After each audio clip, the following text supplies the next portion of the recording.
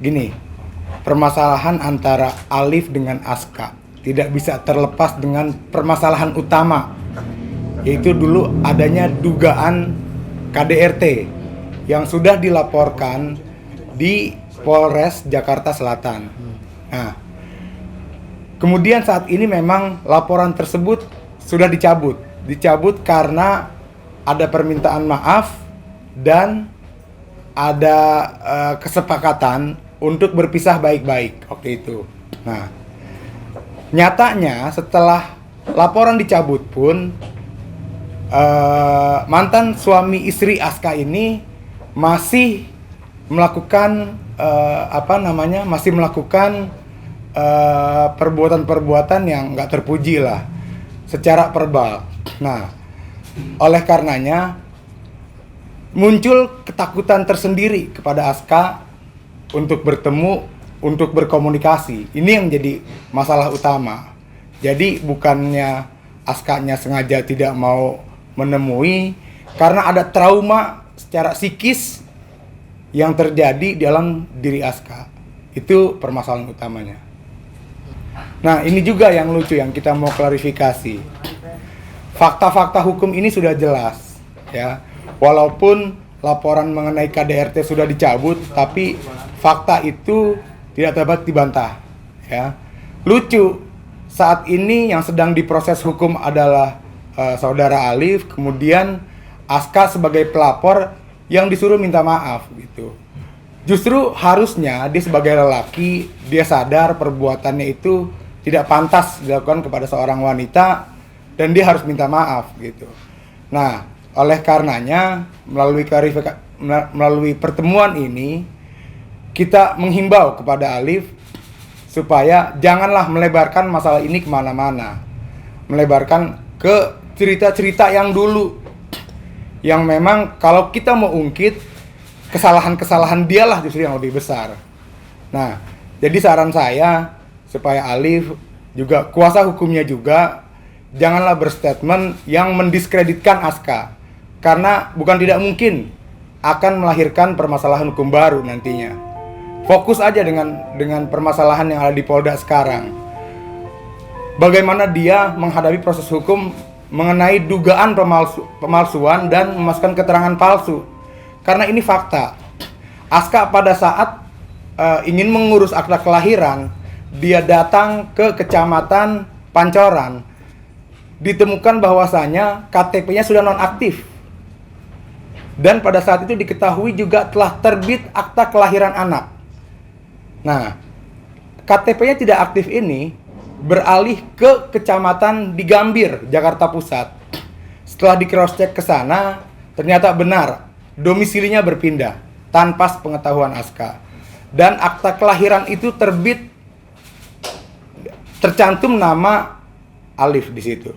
Nah, kita sama-sama tahu bahwasanya pernikahan Aska dan Alif itu adalah siri. Namun beberapa waktu lalu Alif sempat mengajukan namanya isbat nikah. Isbat nikahnya ini ditolak. Jadi kalau ada pernyataan kemarin, putusan pengadilan membolehkan dia untuk bertemu anak, itu tidak benar. Karena putusan pengadilannya itu adalah isinya ditolak atau tidak dapat diterima. Artinya pengadilan tidak mengakui pernikahan itu dan tidak mensahkan permohonan isbat itu. Bagaimana mungkin permohonan yang ditolak oleh pengadilan dia klaim sebagai dasar untuk dia bertemu anak gitu. Kalau emang mau bertemu baik-baik secara kekeluargaan, it's okay. Cuman jangan juga mengklaim bahwasanya dia sebagai bapak sah yang diakui oleh hukum gitu. Gini, kemarin juga ada pernyataan dia yang menyatakan bahwa Aska ini tidak terima proses hukum dilanjutkan terus. Ini sih yang saya mau sampaikan, bahwasanya proses hukum ini adalah bagian dari penegakan hukum. Ketika penyidik mendapati ada fakta, ada saksi, ada bukti mengenai memasukkan keterangan palsu ke dalam akta otentik, maka proses hukum itu terus berlanjut gitu. Bahkan kita berharap supaya kasus ini tidak berlarut-larut. kita berharap kepada penyidik juga supaya cepat digelar agar ditetapkan adanya tersangka dalam kasus itu gitu. Tapi dugaan pemalsuan sendiri pihak mereka membantah Bang bahwa tidak terbukti adanya dugaan pemalsuan Bang. Kan keputusan ada tidaknya tindak pidana itu bukan ditentukan oleh Alif dan bukan juga ditentukan oleh kuasa hukumnya, tapi oleh penyidik. Berdasarkan apa? Berdasarkan data, berdasarkan keterangan saksi, berdasarkan bukti. Nah, dari situ nanti penyidik yang akan melihat fakta-faktanya. Apakah betul penerbitan KTP, perubahan KTP dan penerbitan akta itu dilakukan secara ilegal. Itu intinya. Oke. Buat apa? Buat berantem? Buat ngapain? Enggak, Alif dilarang untuk bertemu dengan anak, sedangkan dia ingin memberikan nafkah tapi tidak bisa untuk bertemu gitu loh. Itu bagaimana Aska melihatnya? Apakah memang ada larangan dari Aska sendiri terkait hal itu? Ya akunya aja yang nggak mau ketemu. Kalau masalah nafkah kan sekarang kan zaman modern ya, bisa transfer. Emang dia hidup di zaman apa? Iya, tapi dia tidak mau memberikan nafkah kalau tidak bertemu anak gitu loh. Dia permintaan dia ingin bertemu anak, dia akan memberikan nafkah itu gitu kan. Mau Aska minta sampai 20 juta, berapa puluh juta gitu. Gini, yang namanya anak laki, dia merasa dirinya seorang bapak, dia punya kewajiban untuk menafkahi anaknya. Ya saya kira kita semua juga tahu lah sebagai anak laki. Kalau memang dia mau tunaikan kewajibannya, tunaikan saja. Jangan Aska tuh dibawa-bawa. Oh Askanya yang nggak mau, gitu. Kan udah nggak ada urusan. Kalau emang dia punya niat memberi, berikan saja, gitu. Jadi gini, anaknya kan masih kecil, terus aku juga nggak mau ketemu sama dia gitu loh. Kalau anak udah besar pengen ketemu dia, silahkan, jangan ada aku. Gitu. Ada batasan umur Pak? Boleh bertemu sama ayahnya? Kalau anaknya pengen ketemu ya silakan Kak. Tapi sekarang kan dia nggak nyari-nyari. Malah pernah aku nunjukin mukanya dia panggilnya abang. Tapi dari Aska sendiri ada pengertian nggak, maksudnya ngejelasin kalau ini ayahnya gitu? Enggak pernah. Aku nggak pernah ceritain sedikit pun tentang dia ke Alisa, nggak pernah. Kenapa alasannya? Buat apa? Narik aura negatif. Tapi kan biar bagaimanapun itu ayahnya gimana?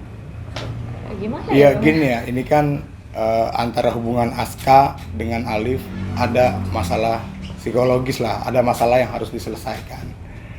Kalau memang Alif sebagai dia merasa sebagai orang tua dari si anak, tunjukkan itikat baiknya, itu lakukan dengan jalan-jalan persuasif. Tapi ini nggak ada. Malah fitnah-fitnah ya? Iya, malah dia berkoar-koar di media bilang mau nafkahi, Askanya nggak mau.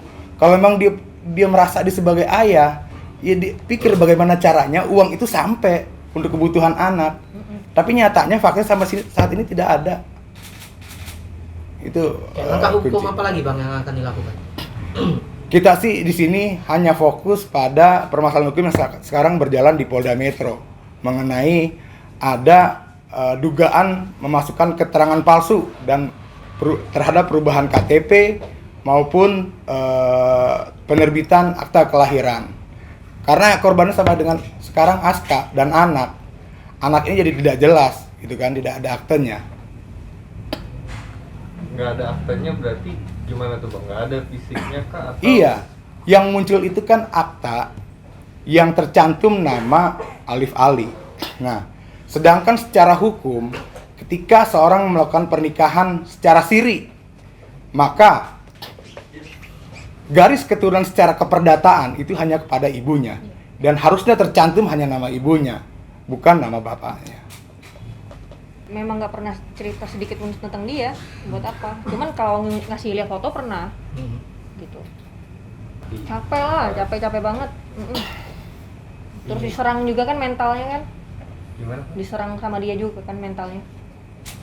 Diserangnya seperti apa nih? Dari statement dia di media. Banyak kan, tinggal di browsing aja. Lah intinya. Rasa Contohnya batin salah satunya, terganggu. contohnya Yang kemarin, contohnya. Iya, dengan kemarin Alif berstatement, dengan pengacara itu berstatement, otomatis kan Aska ini kehidupannya merasa terganggu gitu. Dia juga memikirkan masalah anak gitu. Kalau memang dia merasa dia sebagai orang tuanya, nggak perlulah dia dijadikan mantan istrinya sendiri gitu. Bukan yang mantan, Pak. Bukan mantan istri ya. istri siri, Bukan juga. Oh. Nggak sah juga kan. mantan istri siri gitulah, yang kemudian ditolak oleh pengadilan juga ya. Iya, suami orang Gitu. itu, Bang. Cari uang. Apa aja? Segala sumber kan pasti banyak. Apalagi zaman digital ya, Bang ya. Lebih gampang. Tapi kesulitan kan? Enggak. Berarti tanpa Alif menafkahi pun Sebelum ketemu Alif pun saya sendiri. Malah udah panjang dah. Dari endorse atau dari gimana Pak? Mungkin. Dari endorse ada, dari yang tempat lain juga ada. Jadi sampai saat ini masih tercukupi segala kebutuhan ya kak dari kakak Masih. sendiri. Sebelum sama dia juga sendiri kan. Pas ada dia juga ya nggak usah diomongin lah. Tapi akan memaafkan nggak sih? Hah? Akan memaafkan Alif nggak sih? Memaafkan nggak bisa ya kayaknya. Hmm. Heeh. Karena udah berapa kali dimaafin soalnya. Tadi kamu sempat bilang katanya nggak pernah jelasin tapi sempat kasih lihat foto ke Alicia. Nah itu kasih foto cuman Kasih kasih lihat lihat aja. foto aja tanpa menjelaskan ini ayah Aska atau masih kecil. Heeh. Hah? Iya, anak masih kecil, Iya. masih belum mungkin Kasih lihat aja tapi aku perlahan-lahan nanti akan nggak kasih diberitahu. tahu siapa nih enggak. Tapi nantinya dalam hukum agama kan ketika dia akan menikah pasti akan bertanya bapaknya kan dulu. Bapak biologis kan- Iya. Nikah agama bisa, Bang. Kenapa? Iya karena itu anak biologis. Karena Hmm. perempuan. Oh iya, secara biologis iya. Iya. Tapi bisa nikahin. Iya bapaknya kan harus menikahkan bang. Tapi kan hamil di luar nikah. Gimana bang? Secara Gimana, hukum Bang? agama bang. Mungkin kamu bisa menjelaskan. Iya, ini dia kendala mengenai anak di luar pernikahan disebutnya ya. Iya. Orang yang melakukan pernikahan tidak tercatat, inilah problematika yang sampai saat ini masih terkendala memang.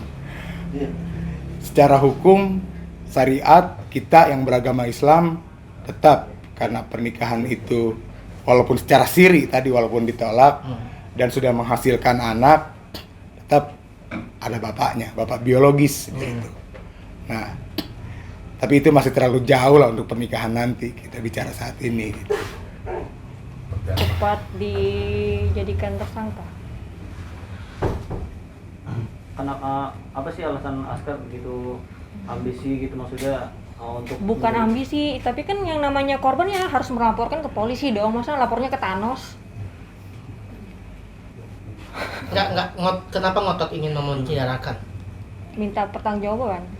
Oke, seandainya dia bertanggung jawab, menafkahi Berarti- anak termasuk menafkahi kamu Oh, mungkin bukan ya? itu, bukan itu. Hmm. Pertanggungjawabannya ya masalah tentang dia malsuin KTP. Dugaan. Iya. Ya, tapi kan pihak sana juga membantah tentang dugaan pemalsuan itu, Bang. Iya, saya kan bilang tadi, silahkan aja Alif mau seribu ucapan membantah soal dugaan pemalsuan, pengacaranya mau 1000 kalimat membantah. Semua itu berdasarkan keterangan saksi, alat bukti, dan nanti ada keterangan ahli. Tinggal penyidik yang akan menyimpulkan nanti, bukan dia yang menyimpulkan.